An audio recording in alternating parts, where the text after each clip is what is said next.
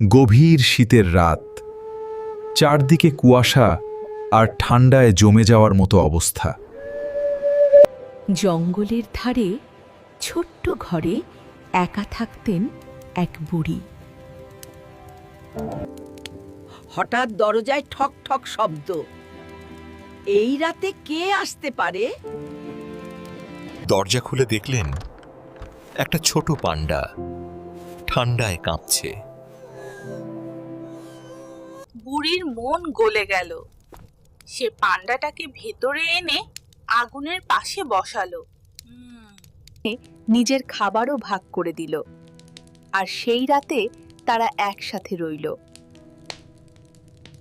ভোর হলে পান্ডা চলে গেল। বুড়ির মনটা একটু খারাপ হলো। কিন্তু দরজার সামনে রেখে গেল উপহার, বন্ধুত্বের ছোট্ট চিহ্ন। তারপর থেকে প্রতি শীতে সে ফিরে আসে, আর তাদের বন্ধুত্ব গরম করে দেয় শীতের রাত।